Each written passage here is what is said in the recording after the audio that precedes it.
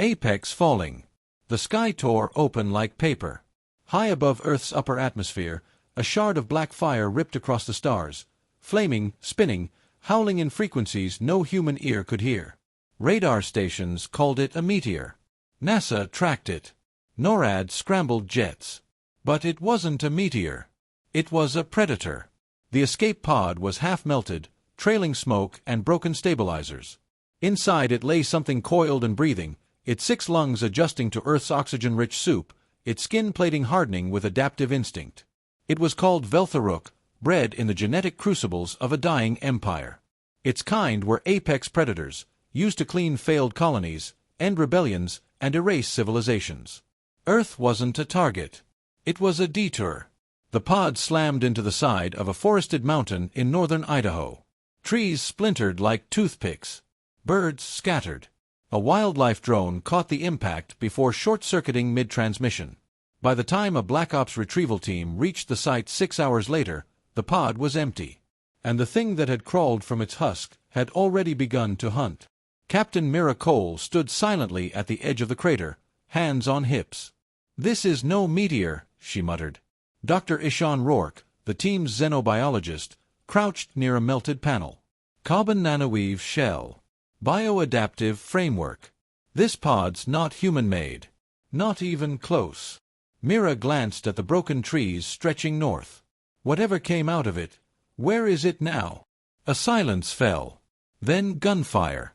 Miles away, Corporal Jennings screamed as something ripped through his squad. It was fast, blindingly fast. The creature was tall, armored in natural plates that shimmered like liquid obsidian. 2 pairs of arms. Jaws that clicked out of sync. It didn't roar. It didn't howl. It moved, like an idea given form, a shadow that left blood in its wake.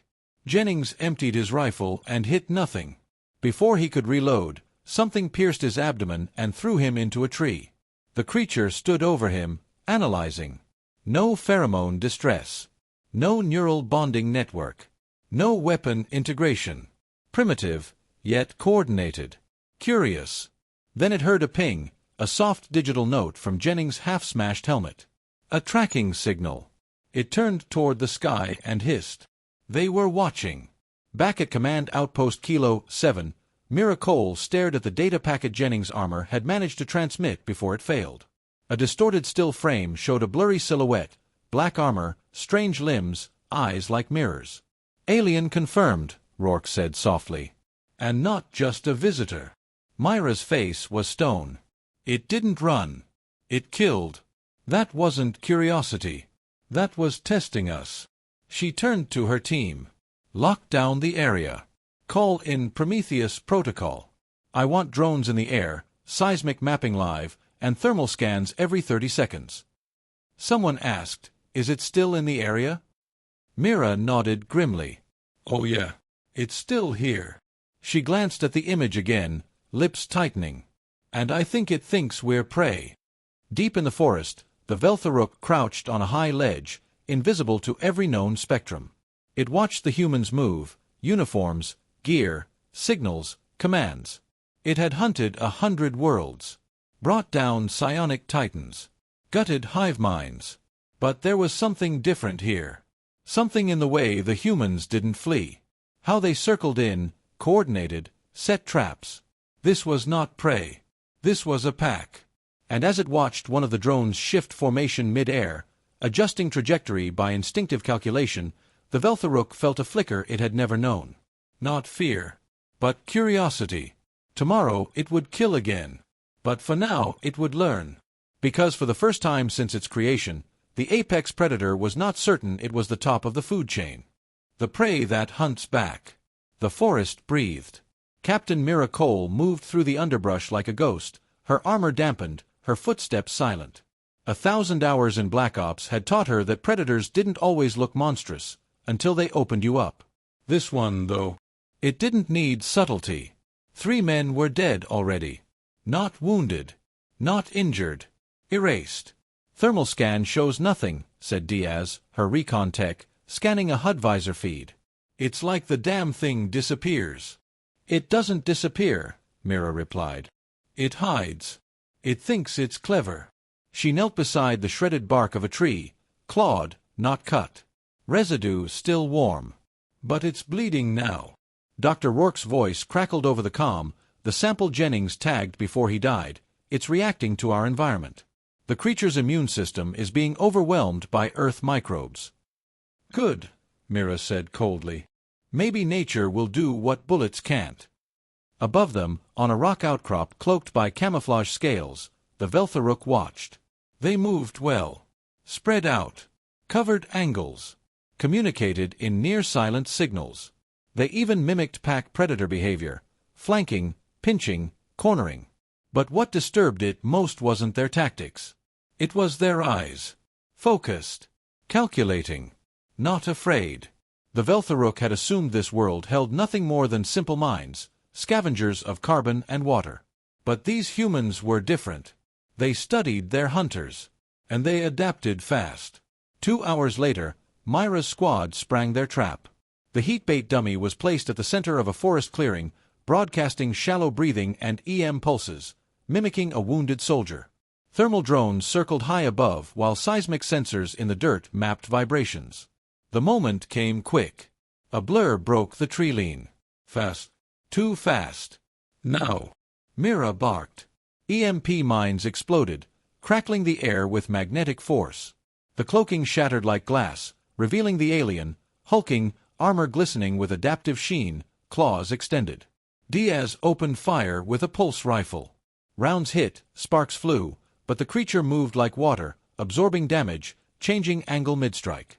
It lunged at Mira, but she rolled aside, slashing its leg with a combat blade tipped in liquefied tungsten. It howled, a sound like thunder torn in half. And for a moment, it backed away. Mira met its eyes. First time you've bled, isn't it? It vanished into the trees. Night fell fast. Myra's team regrouped around a campfire laced with chemical deterrents. The mood was tense but electric. For the first time, they'd drawn blood and survived. What even is that thing?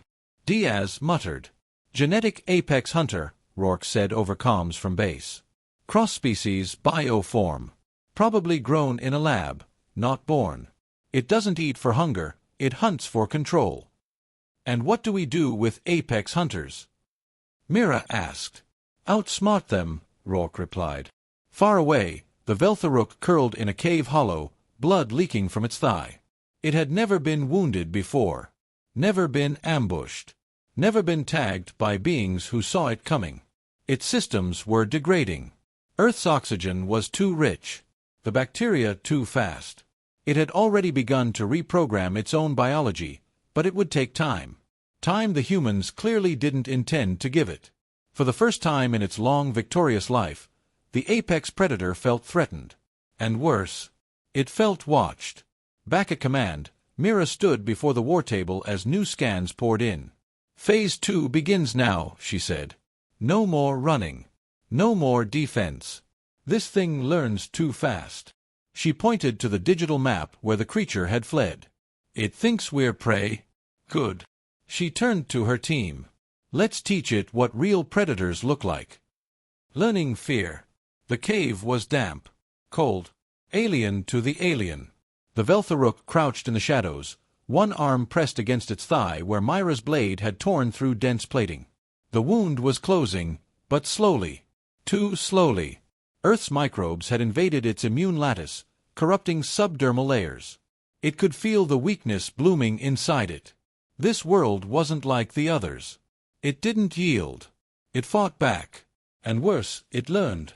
Far above, Myra's recon drones circled silently through the trees.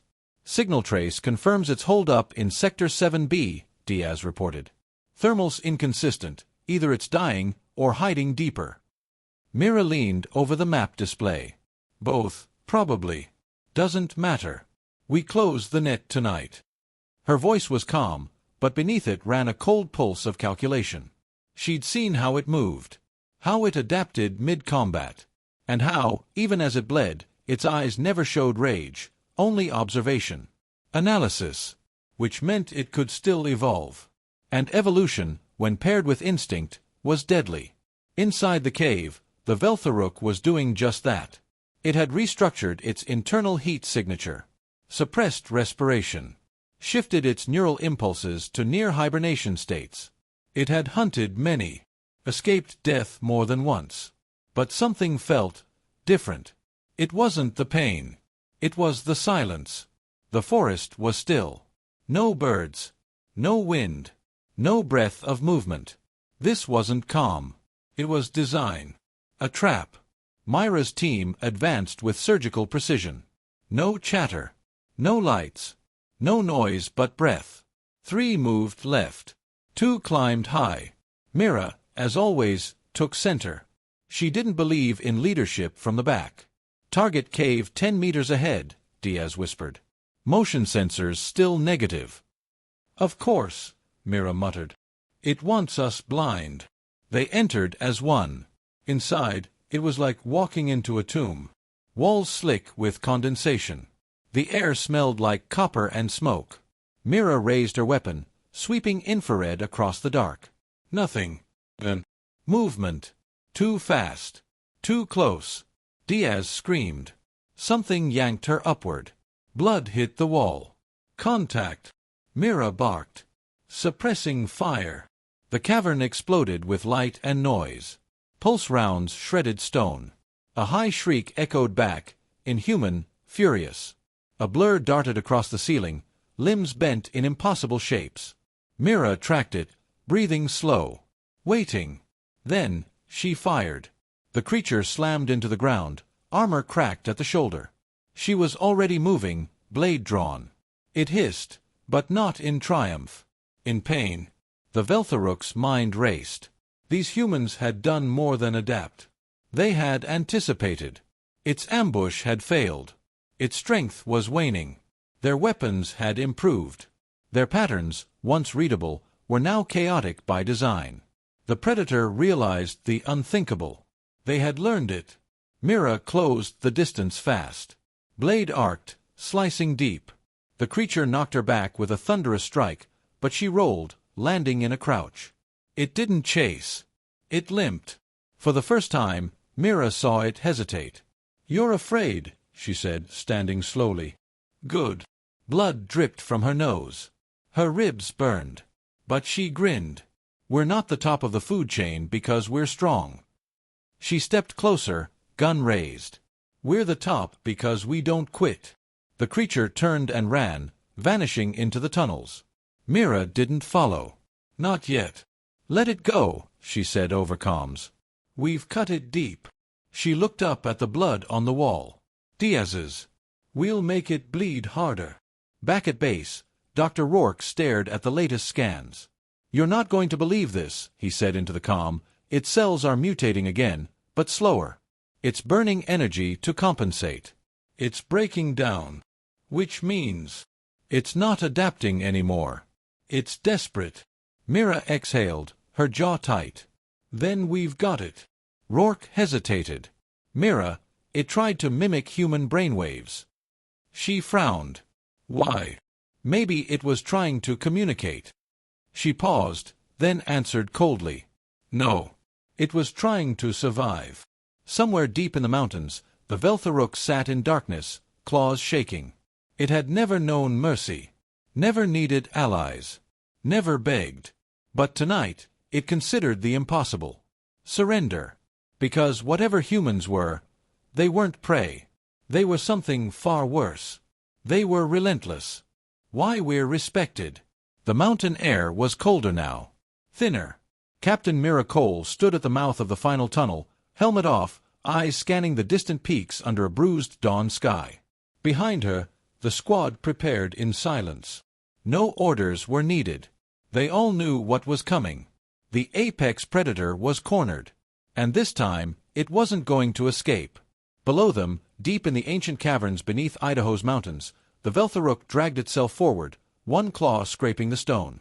Its armor was cracked, one eye dim, internal systems glitching under microbial overload and trauma. It had never fled a battle. Never been hunted. Now, even movement felt like failure. But it had seen enough. Enough to understand. Humans weren't just clever. They weren't just persistent. They were something far more dangerous. They were capable of unity under pressure, a trait rarer than strength. And worse still, they didn't break. The strike team descended into the earth. Torchlight flickered over jagged rock and bioluminescent moss. Mira led the front, pulse rifle in one hand, blade in the other. Rourke monitored vitals from the command van above. "Still alive," he reported. "But just barely." "Then we give it a choice," Mira muttered. "Stand. Or die." They reached the final chamber. There it was. Crouched. Bleeding. Watching. Even broken, it looked like death made flesh, taller than any of them, armored like a god of war. Yet it didn't attack. It just waited. Mira lowered her weapon, then stepped forward alone. The others stayed still. She stared at it. "We don't want to kill you." It blinked slowly. Breath ragged. One claw tapped the stone. In pattern. Rhythmic. Morse code. Rourke gasped through her earpiece. "Mira. It's trying to speak. Translate." A pause.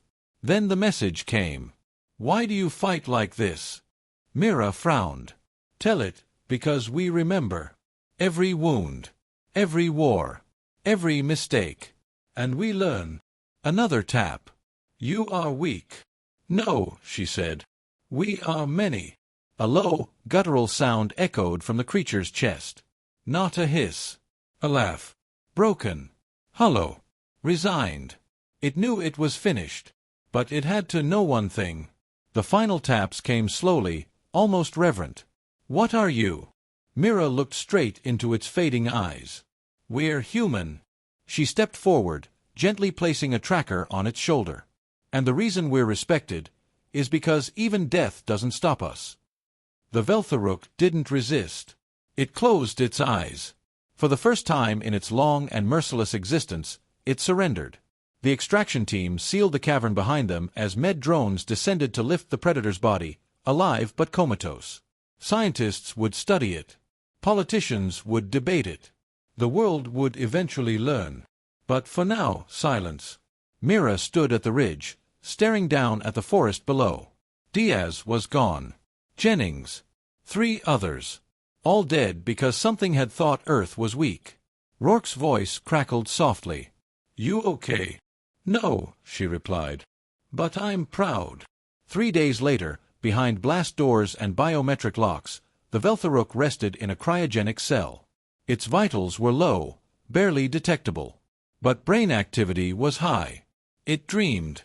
Not of blood. Not of dominance. But of fire. Of voices. Of humanity. And the echoing truth it had learned too late. In the hierarchy of killers, strength wasn't the crown.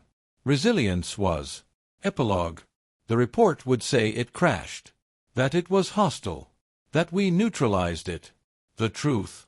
It was better than us in almost every way. But it came alone. And we stood together. That's why we're feared. That's why we're respected. Because no matter what crashes down from the stars, we will rise.